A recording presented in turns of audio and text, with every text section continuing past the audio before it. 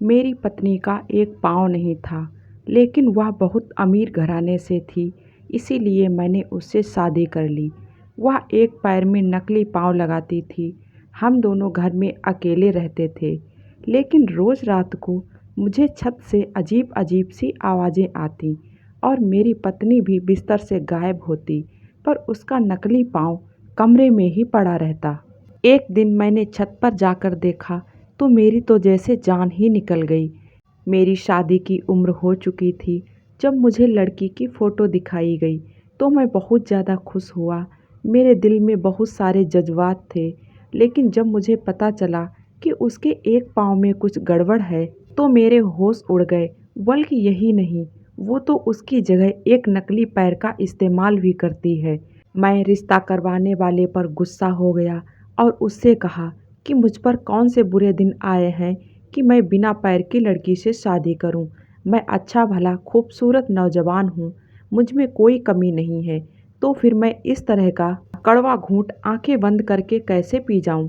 मुझे मेरे रिश्तेदारों ने भी समझाया कि भले ही इस लड़की के एक पाँव में कमी है, लेकिन यह लड़की बहुत अमीर घराने से है, मगर इसको अपनी इस कमी का एहसास है, इसीलिए यह एक मिडिल क्लास लड़के से शादी करना चाहती है।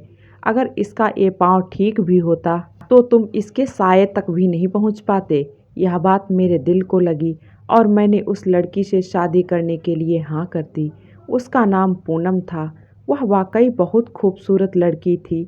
उसका बहुत बड़ा घर था और उस घर में वो बिल्कुल अकेली रहती थी।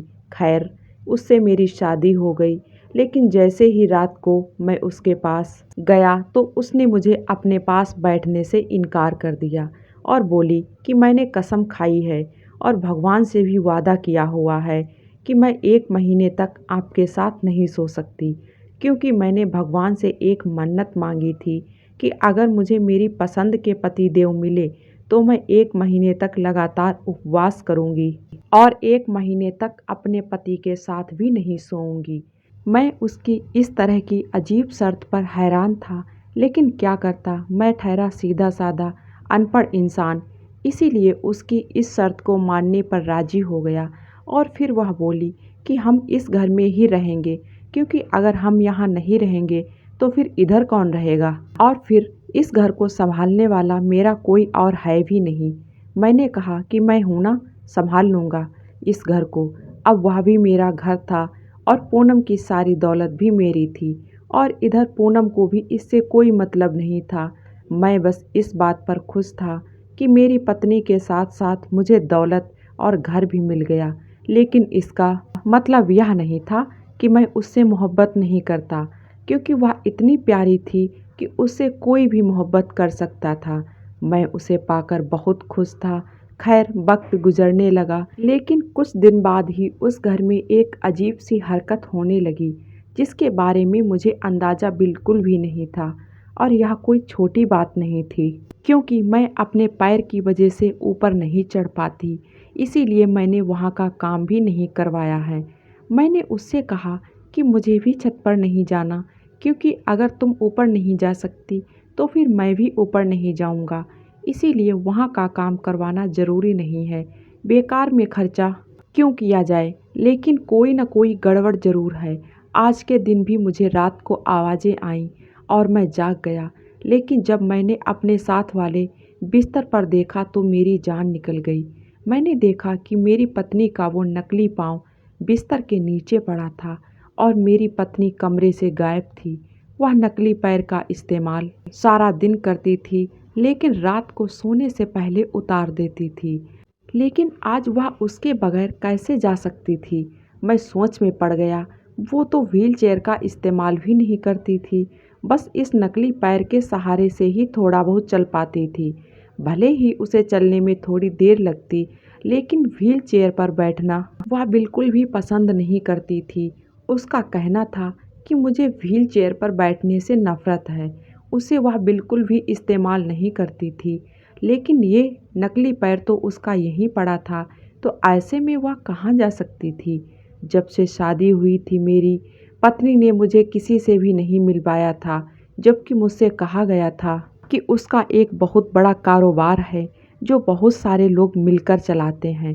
उसने बस मुझे घर की जिम्मेदारी दी थी, लेकिन कारोबार के बारे में कुछ नहीं बताया था।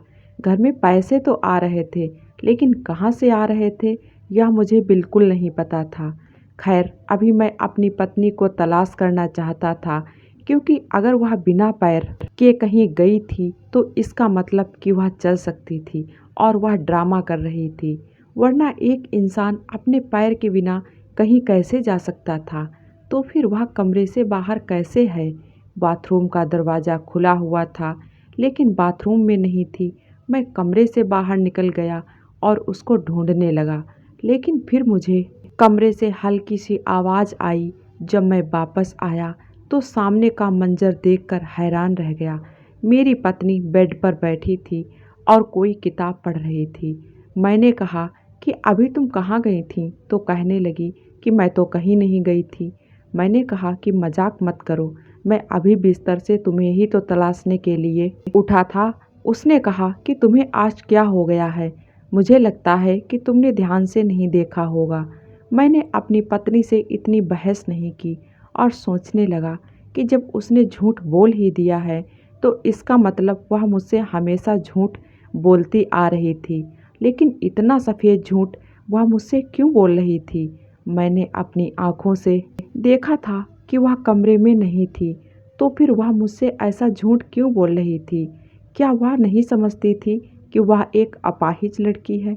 अगर वह इस तरीके से झूठ बोलेगी तो पकड़ी जाएगी। अचानक से मैं भी बदल गया और मैंने कहा, शायद मुझे गलतफहमी हो गई। असल में तुम इतनी पतली हो कि तुम बिस्तर में पड़ी होते हुए भी नज़र नहीं आती। रजाई में तो इंसान जैसे खो ही जाता है। मैं अपनी बात पर हंसने लगा और उसने भी मेरा साथ दिया। उसके बाद मैं सो गया, लेकिन मैं सोया नहीं था। असल में मुझे नींद नहीं आ रही थी। अगले दिन मुझे फिर से छत पर किसी के चलने की आवाज़ आई और जब पलट कर देखा तो पत्नी कमरे में नहीं थी। लेकिन आज मैं सोने का ड्रामा करता रहा, क्योंकि कल मुझे उस रात से पर्दा उठाना था और मैं चाहता था कि मेरी पत्नी थोड़ी बेफिक्र हो जाए, वह कहीं सावधान ना हो गई हो। क्योंकि अगर वह इतना बड़ा खेल खेल रही थी तो इसका मतलब कि वह आम इंसान नहीं थी, वह बहुत चालाक औरत थी। आज फिर छत से आवाज़ आई और मैंने फिर से पलट कर देखा तो आज भी वो बिस्तर पर नहीं थी और उसका नकली पैर भी वहीं बिस्तर पर ही पड़ा था, जिसे आज भी वो कपड़े से ढक कर गई थी। लेकिन आज मैं हाथ में टार्च लेकर छत की तरफ चल पड़ा। मेरी पत्नी ने तो कहा था कि छत पर बहुत सालों से कोई गया नहीं और वहाँ पर बहुत गंदगी है, लेकिन ऐसा कुछ भी नहीं था। मैंने दरवाज़ा बहुत ही आहिस्ता से खोला और देखा तो महसूस हुआ कि जैसे रोज़ यहाँ कोई आता जाता है और उसको साफ़ भी किया जाता है। जाहिर है, जब वह मुझसे इतना झूठ बोल रही थी तो एक और झूठ भी बोल सकती थी। ऊपर गया तो मेरा दिल बैठ गया, क्योंकि मुझे किसी मर्द की आवाज़ आई। क्या मेरी पत्नी मुझे धोखा दे रही थी? क्या वह किसी और मर्द के साथ छत पर मौजूद थी और मुझे इतना बड़ा धोखा देकर मेरे साथ बेवफाई कर रही थी? लेकिन क्यों? मैंने तो उसमें कमी होने के बावजूद भी उससे शादी की। इसमें मेरी क्या गलती थी? मैं ऊपर गया तो सब कुछ बिल्कुल साफ था और लाइट भी ऑन थी। ऊपर एक कमरा भी बनाया गया था। मेरा दिल बहुत ज़ोर ज़ोर से धड़क रहा था। मैं ऐसा मंजर देखना नहीं चाहता था कि जिसको मैं कभी भुला ना सकूं। लेकिन मैंने जैसे ही दरवाज़ा खटखटाया तो सामने से एक ऐसा ही मंजर मेरा इंतज़ार कर रहा था। उस कमरे में एक आदमी बैठा जो कंप्यूटर पर काम कर रहा था और मेरी पत्नी उसके पास बैठी थी। मेरी पत्नी का पैर सही सलामत था, उसका पैर बिल्कुल ठीक था। वह दोनों मुझे देखकर हैरान हो गए और मैं चुपचाप वापस जाने लगा। मेरी पत्नी भागते हुए मेरे पीछे आई और उसको चलता हुआ देखकर मैं रुक गया। तो मैंने कहा कि तुमने मेरे साथ इतना बड़ा खेल खेला। तो वो कहने लगी कि असल में मैं एक ऐसा काम करती हूँ जिसके बारे में मैं किसी को कुछ नहीं बता सकती, लेकिन यह काम मेरे देश के लिए बिल्कुल भी बुरा नहीं है और ना ही यहाँ के रहने वालों के लिए बुरा है। लेकिन हम यह बातें किसी को बता नहीं सकते।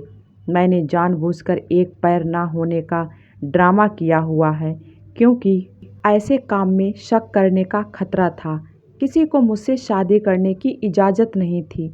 मैंने कॉन्ट्रैक्ट साइन किया हुआ था, लेकिन मैंने अपने दिल से मजबूर होकर अपनी ख्वाहिश को पूरा करने के लिए मैंने तुमसे शादी कर ली।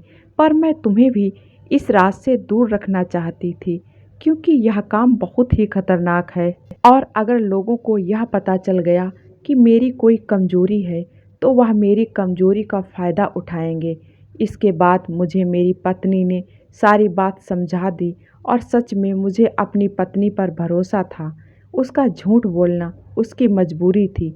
वह एक गवर्नमेंट जासूस थी, लेकिन जब मैंने उसको उसके कदम पर खड़ा देखा तो मुझे बहुत खुशी हुई। मैंने कहा कि मुझे बहुत खुशी रही है कि तुम में कोई नुक्स नहीं है, लेकिन तुमने मुझसे यह सब इतने दिनों तक कैसे छुपाए रखा।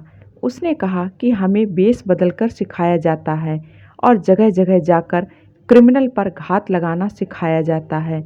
मैं तुम्हें देखते ही समझ गई थी कि तुम एक सीधे साधे इंसान हो, और अगर मैं तुम्हें बेवकूफ़ नहीं बना सकती तो फिर क्रिमिनल को कैसे बेवकूफ़ बनाऊंगी।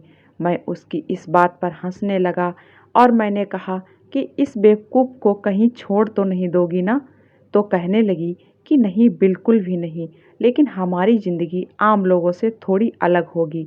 मैंने उससे कहा कि मुझे कोई ऐतराज़ नहीं है, मैं हर तरह से तुम्हारा साथ देने की कोशिश करूँगा। उसने मुझसे कहा था कि तुम घर संभालो, क्योंकि उसका काम मैं नहीं कर सकता था, लेकिन मुझे उस पर गर्व है। दोस्तों, कैसी लगी ये कहानी? अच्छी लगी हो तो प्लीज़ वीडियो को एक लाइक कर दें। जो लोग मेरे चैनल पे नए हैं, सब्सक्राइब करना बिल्कुल ना भूलें। मिलते हैं एक और नई कहानी के साथ में। Thank you.